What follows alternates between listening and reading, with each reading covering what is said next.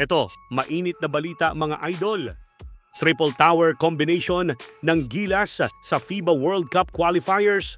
Enough na ba para pabagsakin ang Australia at New Zealand? At bakit marami ang nagsasabi na eto na ang pinakamalakas na lineup ng Gilas sa kasaysayan ng Philippine basketball?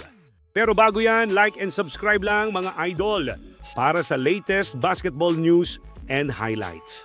Kung titingnan mo ang bagong 16-man pool ng Gilas Pilipinas, obvious agad kung saan tayo gustong lumaban.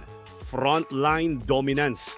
At sa gitna ng lahat, tatlong pangalan ang lumilitaw bilang bagong haligi ng Gilas future. Kai Sotto, Quentin Milora-Brown at AJ Edu.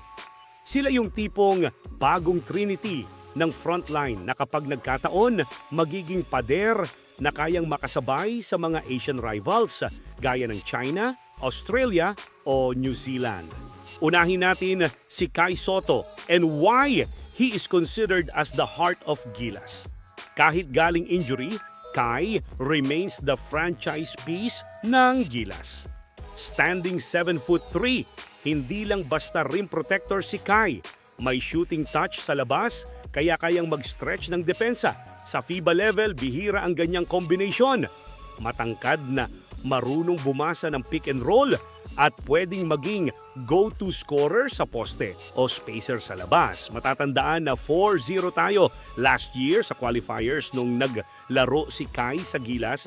And sabi nga ng iba, pag walang Kai Sotto, mahihirapan tayo manalo. Which is tama naman kasi nung nagsimulang ma-injured si Kai, hindi na nanalo ang Gilas sa mga next na laban nila kontra sa Chinese Taipei at Tall Blacks. If makabalik si Kai this November and December qualifiers for sure, mag-iiba na ang laro ng Gilas, lalo na at makakalaban ulit natin ang Australia at New Zealand. Sunod naman sa tatlong frontline core ng Gilas ay etong si Quentin Milora-Brown. Base sa mga laro ni QMB, hindi siya ganun ka-flashy pero dito ako bilib. Bakit? He does the things that win games. Rebounding, setting hard screens, boxing out, second chance hustle. Yung mga bagay na minsan hindi napapansin pero grabe ang halaga. Opinion ko, siya yung type ng big na pang FIBA talaga. Kasi sa FIBA, hindi ka lang pwede umasa sa highlights. Kailangan ng disiplina, fundamentals at willingness to do the dirty work. At dito papasok si QMB. Pwede siyang maging Mark Pingris type sa frontline.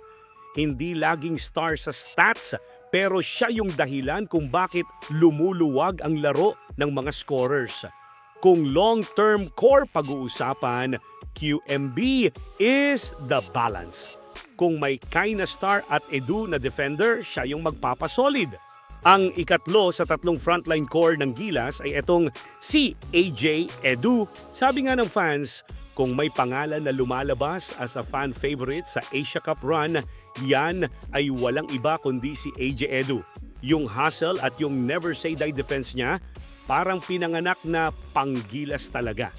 Edu is the type of player na willing mag-sacrifice, willing mag-focus on defense at gumawa ng mga miracle threes sa game. Edu's mentality is what makes him special. Hindi siya naghahanap ng spotlight. Walang pakialam kung hindi siya maka-score basta makadepensa.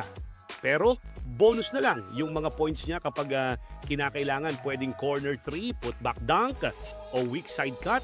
Parang perfect modern FIBA big. Kung may Dwight Ramos na glue guy sa perimeter, si AJ Edu yung glue ng frontline. Kapag pinagsama-sama mo, Kai Sotto, skill plus size, AJ Edu, defense plus energy, QMB, workhorse plus rim protection, makukuha mo yung frontline na matagal nang hinahanap ng Gilas. Hindi lang puro height, Hindi lang puro talent, may balance, may role clarity. Ito yung trio na pwedeng gawing pundasyon ng Gilas sa susunod na dekada. Veterans like Junmar and Japeth paved the way. Pero itong tatlo ang magdadala ng bandera moving forward. Kumbaga sa laban, kapag dumating na yung oras na kailangan magpuwersa sa ilalim, ito yung tatlong pangalan na aasahan nating maglalatag ng pader para sa Pilipinas.